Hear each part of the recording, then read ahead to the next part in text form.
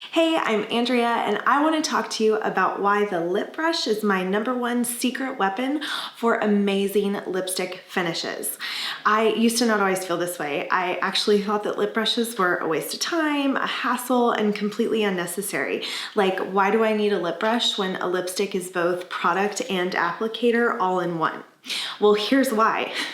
Because a lip brush perfectly defines the edges of your lips, which creates a flawless finish and naturally full lips, which is incredible. A lip brush is also really great for working the lipstick into the skin better. It gives you more control over the intensity, and you can use more pressure without putting too much lipstick on. In this video, we're going to talk about defining the edges of your lip line because all of those other benefits we've talked about in 2 other videos. So make sure you go watch those too. Okay, so there's a couple of things at play here.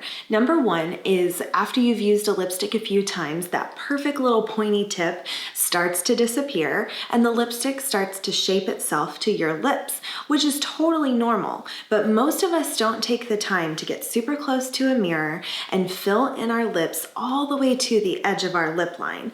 And quite frankly, a lipstick bullet, once it's kind of been rounded to the shape of our lips, isn't going to be precise enough to get in and fill in, especially that Cupid's bow at the top. Number 2, when we don't fill our lips to the edge of our actual lip line, we are totally shortchanging ourselves. It makes our lips look smaller and makes us look older. And I don't know about you, but I want my lips to look as healthy and as full as they can be naturally. So exfoliating and hydration keeps them healthy, which we discussed in another video, and filling your lips to the actual edge of your lip line keeps them looking as full as they can be. So here's how to use a lip brush in case you've never done this before or you just want to confirm you're doing it right. Using a mirror, get super close to your face. I don't like to use magnification because then I start paying attention to like the mustache hairs and the clogged pores, and that totally distracts me from the task at hand. But if you need or want magnification, then go for it. Get that mirror super close to your face and then acquaint yourself with your lip line, its shape, its curves, all of it.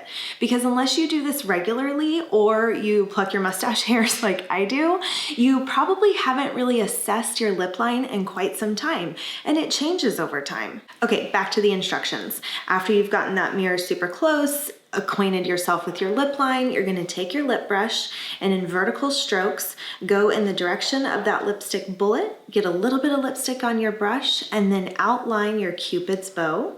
Then drag the lip brush across the line on your top lip all the way to the corner on both sides. And I prefer to use the flat part of the brush and kind of letting the stiff bristles hug the curve of my lip instead of using the edge, because I feel like it gives a smoother line and it starts to fill in part of my lip. Then you're going to just draw in vertical lines downward to fill in the lip below the line you just created.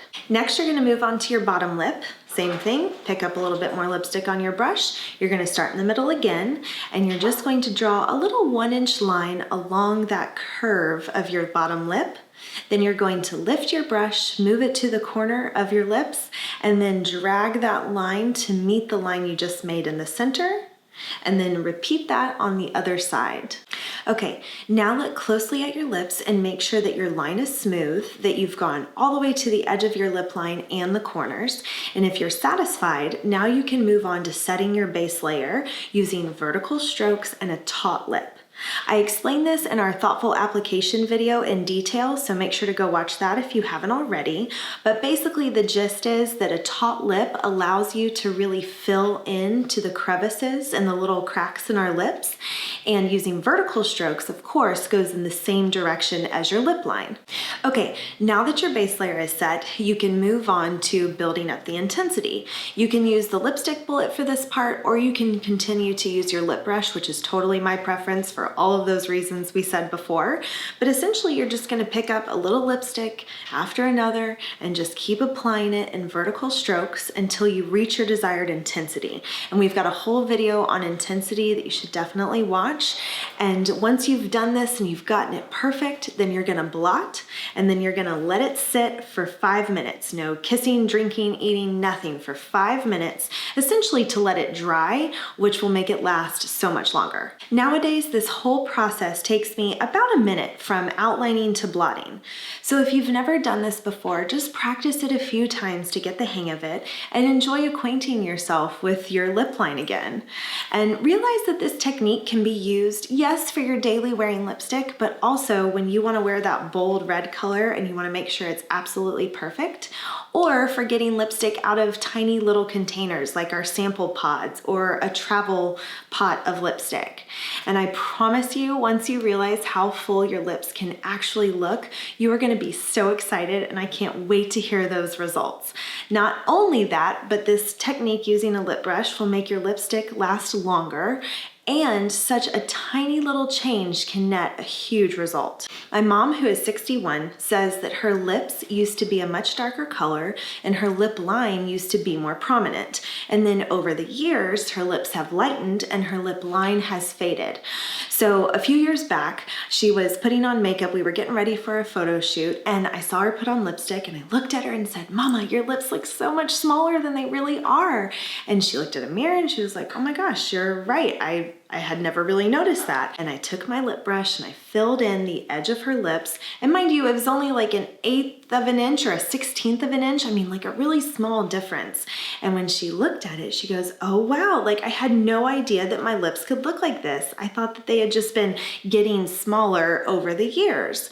And I'm telling you, this is the same response that I get from pretty much everybody that I do this to. They can't believe their lips can actually look this full. So anyways, I asked her how it felt. She said, "Well, it does feel a little strange. It feels like my lipstick is actually on the outside of my lip line." Remember how back in the day they used to tell us in order to make your lips look fuller to put the lipstick right outside of your lip line, which does totally feel weird. So anyways, of course she got used to it and now she loves the way her lips look. However, I tell you all of this to let you know, number one, it is completely normal if you have not been filling your lips in all the way to the edge of the lip line, because it does fade and it's hard to see after a while. Number two, if you try this technique and it does feel weird, just hang in there and keep practicing and it will totally feel normal after a while and your lips are going to look amazing. And thirdly, if you have ever felt like, "Oh, my lips are just getting smaller," then I promise you this technique will make them feel fuller than they ever have felt.